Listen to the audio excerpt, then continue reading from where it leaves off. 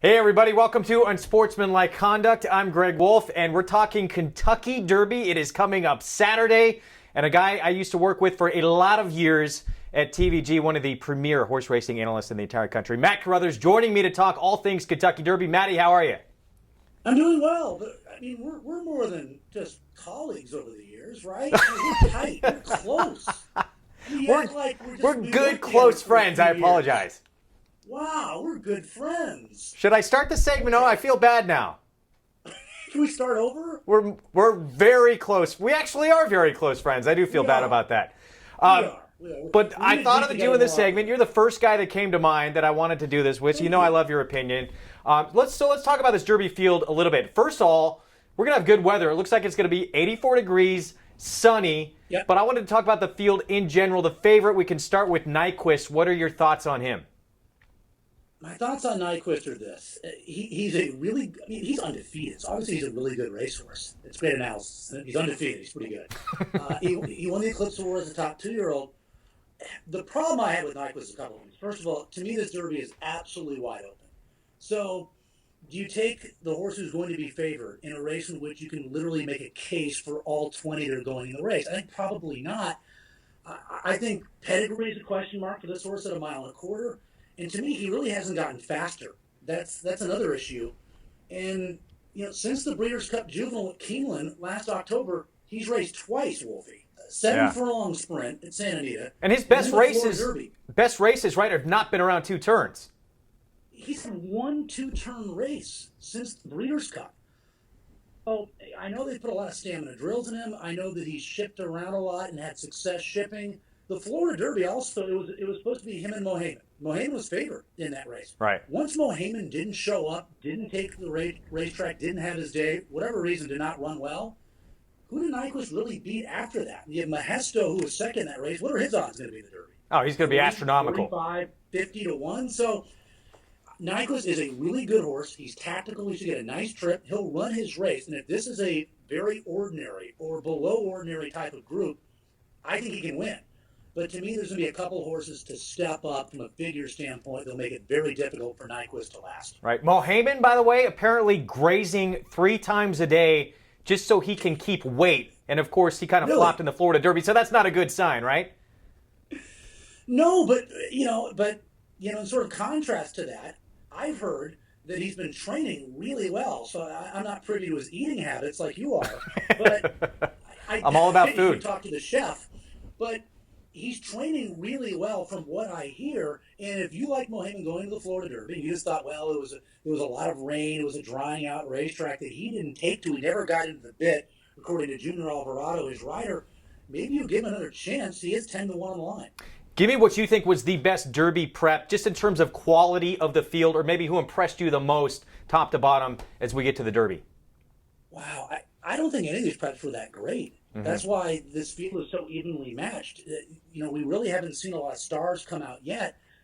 I'll give you everyone's going to say, if you ask that question, they'll give you the Santa Anita Derby because Exaggerated visually was so impressive. The Florida Derby because of Nyquist, and he's going to be your favorite. It wasn't even a grade 1. The Tampa Bay Derby, way back. Wow, on the 12th okay. of March. I thought Destin was a really good winner that day, and Outwork for Mike Rapoli out of that race won the Wood Memorial lightly raced son of Uncle Mo. I'm not saying that was the best race, but I think that's kind of an under-the-radar prep race down in Tampa, and the Tampa Bay Derby has gotten very good over the years.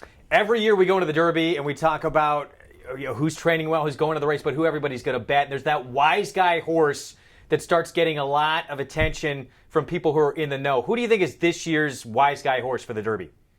I think we have a couple of wise guy horses. I think Mo Tom's a wise guy horse because people love to play the horse at the terrible trip in his prior start. They get over it. Oh, you see that? Oh, he had steady 3 times the lane. The problem for Mo Tom is this. It's become a habit. It's been habitual. He keeps having traffic issues in races. He's a dead closer who has a tendency for traffic problems.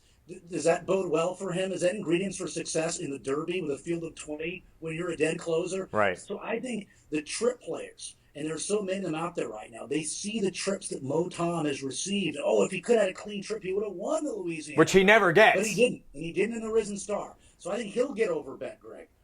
Exaggerator, I don't know if he's a wise guy horse because he's a 6-1 second choice in the morning line, but everyone loves him. The visual move in the San Diego Derby. I think he's a really good horse and he can win. He has the pedigree. He's fabulous looking by Curlin, but he'll get played. I think I think he could come down. I think Nyquist's odds will go up. An Exaggerator might get bet down to around 5-1. And you don't think he just moved up a ton because of that off racetrack? I don't think so. Okay. I think he's just a horse who's gotten really good. He's run some really good races on a fast main track. Did the off track hurt him? No. But I think that he's just a horse who's gotten very good right now.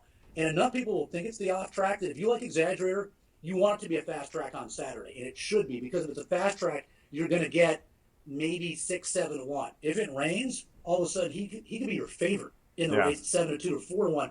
And I think he's just a horse that's good. I don't think he really moved up with the off track. He was also benefited by the pace, right? I mean, they went 45-1 in the San Diego Derby, and he was 13 lengths back. So he was where you wanted to be in that race, far off of those fast fractions. Yeah, if you've not seen that Santa Anita Derby, anyone should go look it up. Yeah. One of the most impressive sustained moves you will ever see from a horse. Let's talk about this field. You talk about getting a trip. Everyone talks about that. The Derby, you have this 20-horse field.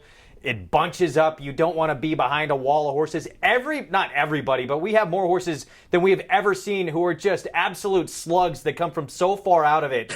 What is going on with this Derby field? Someone you would think is going to have to work out a trip and probably will, but we just don't know who it is. We do have lots of plotting types in this race. And since they changed the rules a couple of years ago, you're seeing more of this. And you're going to continue to see it because now with the new point system, you don't reward horses that won stakes races that are 7 furlongs in distance at the age of 2. Those horses don't get in the Derby anymore, so there's not nearly as much speed as there used to be in the Derby because of it. And you look at the last few winners, Wolfie, of the Derby, they're all horses that are tactical. American Pharoah, stalked, right? In the early stages last year. California Chrome, Stalker, all have another, Stalker. Those horses that can sit 3rd, 4th, 5th, 6th early on, they have the best chance of winning. So, yeah, I think you look for somebody who can be somewhat forwardly placed. The pace shouldn't be that hot. Danzig Candy's going to gun from the outside. He should be in front. And then I would think that Outwork and Nyquist are the horses sitting 2nd and 3rd. Yeah, I would agree with you. All right, we're gonna do a little something different here. I'm gonna go Roy Firestone on you. Back in the day, play a little word association. So I'm gonna throw out something. You're not going to cry, are you? Because Roy used to sob. I don't know if I can get you to cry. I'm going to try. That's the goal of this. Some of Roy himself would sob. You tell me what you think. And, if you keep it to a word, I'd be shocked, but we'll do our best. Okay. And this is pertaining, of course, to the Kentucky Derby. So here we go. Bob Baffert. That makes sense for the segment. Okay, yes? Bob Baffert. One word? Well, whatever you want. Give me whatever first thing that comes to mind. Cool, hip, relaxed, winner. Okay. Right? Victor Espinosa. The man. I mean, I don't think dancing. That's for sure. I think Victor. America doesn't either, apparently. I think, how about Triple Crown dominance? He's won 5 of the last 6 Triple Crown races. So let's want to ask you, he has an opportunity to be the first jockey ever to win 3 in a row. I mean, is he in that Calvin Burrell kind of stratosphere when he just couldn't lose the Derby and he made every right move? Yeah, I mean, it's been a little different because Burrell had one of the great rides ever really on Mind That Bird, and then he wins, he wins the Derby, and then he takes off the Derby winner, right, to ride Rachel Alexander in the Preakness that year and wins that, beating Mind That Bird, who Mike Smith was aboard. For Espinosa, it's never easy to win a race, like the Derby, but he's had the best horses. Yeah. He's had perfect trips with California Chrome and American Pharoah. The other thing about Espinosa is, getting to know him a little bit, nothing bothers him. He seems to be unfazed. I remember talking to him the day of the Belmont Stakes last year, and it's almost like it's a typical Wednesday at Santa Anita. The pressure doesn't seem to affect him at all, which obviously is a good demeanor to have when you're on this type of stage. Yeah, he's been there. I thought that was actually played a huge part in him in the Belmont going for the Triple Crown, the fact that he'd been in that situation before. Yeah, sure. Mint Julep. Ugh. Really? Diseased. If you've ever had a properly made mint julep, though, it's very good. Really? Because I don't know, my experiences with mint juleps, maybe it's because I'm never brave enough to have that first mint julep until I've consumed about 7 or 8 beers. Yeah, so you can't go. Beer before liquor, never a good thing, Matty. Maybe my taste buds aren't quite there by that point. But I immediately go back to beer, though, after the mint julep. All right. Just, Doug O'Neill. The heebie-jeebies thinking about it. Doug O'Neill. just Mr. Nice. He's just like the accessible, nice. And he gets it. He understood, you know this, in the beginning of TVG a long time ago when so many people in racing were afraid to embrace racing on television. He knew it was a good thing. He marketed. He was nice. He was accommodating. He's always understood that process. And he's also a very underrated trainer who has a great team around him. All right, and we're going to get to something in a moment, but just first thoughts if I say that this race caller's name, Larry Colmus. Pro. One of the best, Pro. right? One of the best. Extremely accurate. All right, we're going to go back to a race call that was on the road to the Kentucky Derby from earlier this year. This is the Wood Memorial. To come and get them. Tale of Saval is running a big one, and Adventus is closing through an opening on the inside into the final furlong. It is Outwork in front. Adventus trying to go for an upset up the rail. It is Outwork and Adventist. 1-2. They will decide the Wood Memorial. Outwork and Adventist. Here's the wire. Outwork and Adventist. Bob heads under the wire in the wood. It was long shot Trojan Nation down there on the inside. In Larry's defense, who in the hell would have ever thought an 80-1 maiden would be in a stretch drive trying to win that race? Yes, and you get and Larry right after they crossed the wire, he went, no, it wasn't. I mean, he figured it out. He did figure out. He corrected himself after the fact, and it's and we all make mistakes, and he is a perfectionist. So I know he beat himself up about that. It did happen. I was just a little pissed because I played Adventist and Outwork, so I thought I had the exacta. So I was a little mad because of that. But I understood the situation, and you're right. Nobody expected Trojan Nation. No, absolutely. Coming up the fence. Okay. What's the worst gaffe you ever made on air? Might have been with me. Did I make a bad gaffe with you on air? Well, I know I've made several when I've been on with you. Is there one that stands out that you've made or that I've made? I think I was working a few months ago, and I meant to say bit, but I said something else that sounds like it. Oh, jeez. We'll try and find it. About 5 months ago, I was working with Scott Hazelton. He just kind of looked at me, did you just say that on air? And I went, I think I accidentally did. Yeah, we've all been there. I'm not sure how it happened, but it did happen. So I swore on air by accident fairly aggressively within the last few months. Hey, whatever you can do to get viewers. Last word association. What'd you think? Okay, Arkansas Derby. Staggerfest. Okay. They went so fast early. I don't know. The only horse out of that race is Whitmore, because this horse had Victor Espinosa. Victor Espinosa, well done. As I go through my notes here, this is a horse that did not have a good trip, was very far back, I think with a pace that's more reasonable.